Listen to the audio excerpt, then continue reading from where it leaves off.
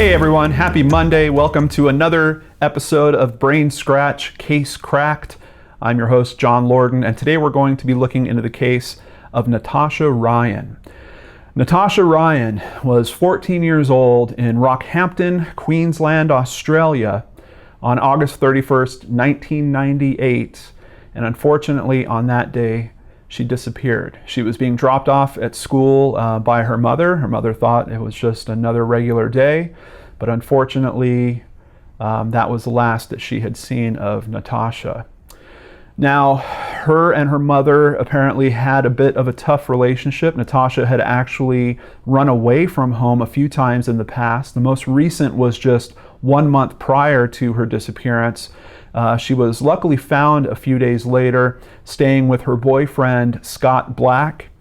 Scott Black is 7 years older than her.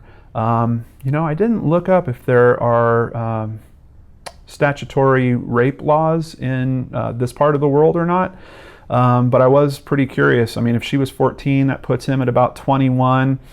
It's a pretty significant age difference there. Scott was charged with obstruction because he was actually questioned by police and he said he didn't know where she was. They did eventually find her with him, but he was fined $1,000 for obstructing the police investigation. Unfortunately, this time that she went missing, she was not found.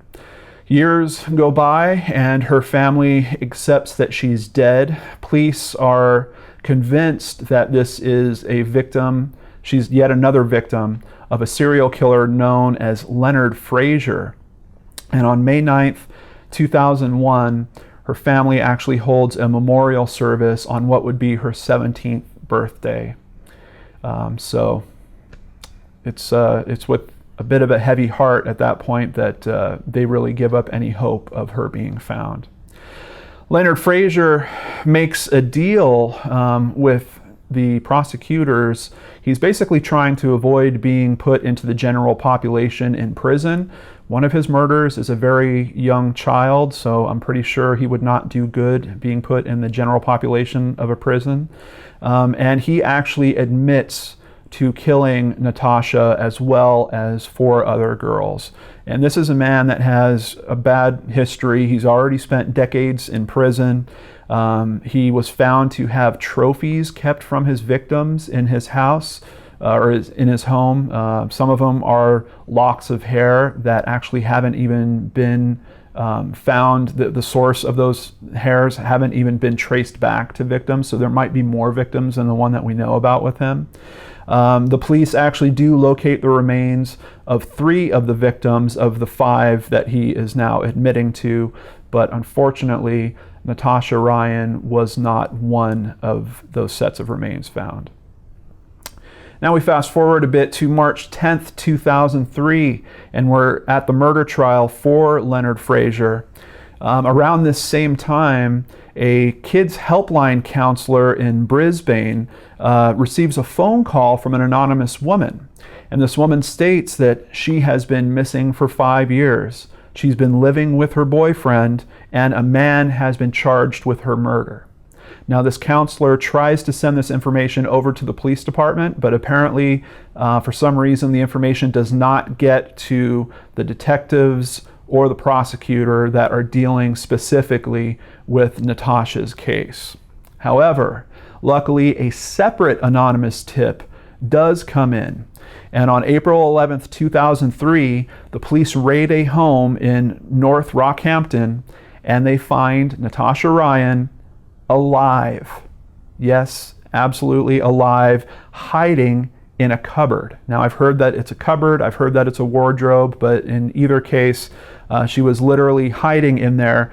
And once again, she was found to be living with her boyfriend, Scott Black, this entire time. Now, they had moved to a different house. They were only back in North Rockhampton for about 6 months before she was discovered. And apparently she was only a few miles away from where her family lives.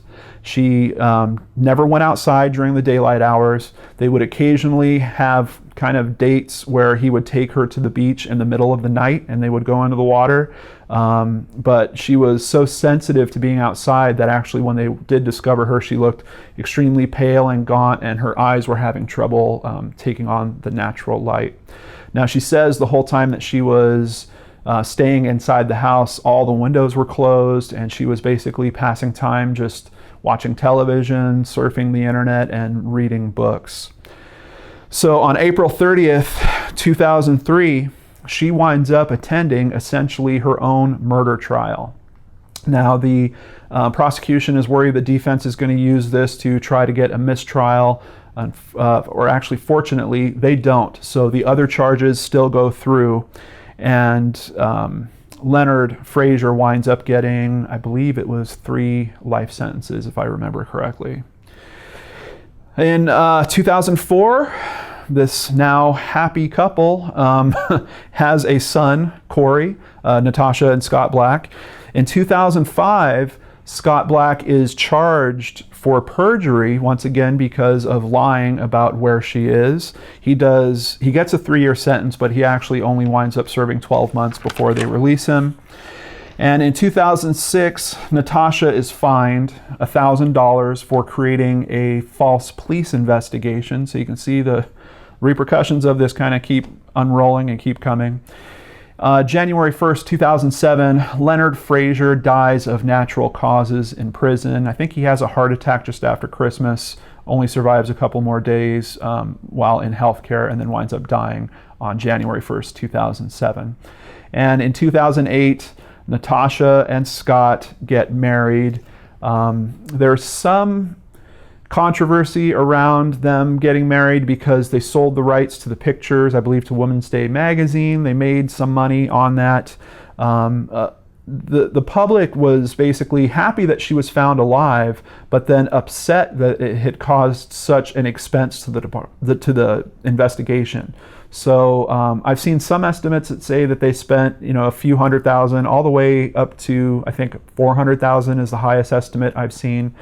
We know that she only had to pay a $1,000 fine, but Scott, they actually kind of went back to and charged again, and he had to pay a $3,000 fine and also agree to pay back $16,000 towards the investigation costs. So kind of a very strange story with odd twists and turns, but they apparently are together. I haven't found any information more recent than them getting married.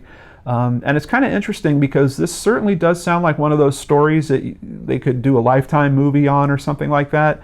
And they did have kind of a high-powered agent that seemed to be negotiating rights for them. But from what I could see, all that came out of it were the Women's Day deal and a 60-minute segment that apparently didn't do too well.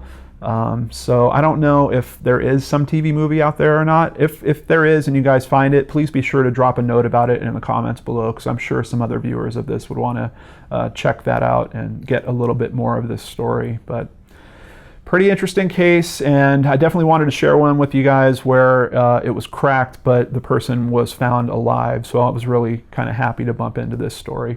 Hope it gives you a great start to your week. I'll catch you on the next show on the Lord and Arts channel. Have a great day.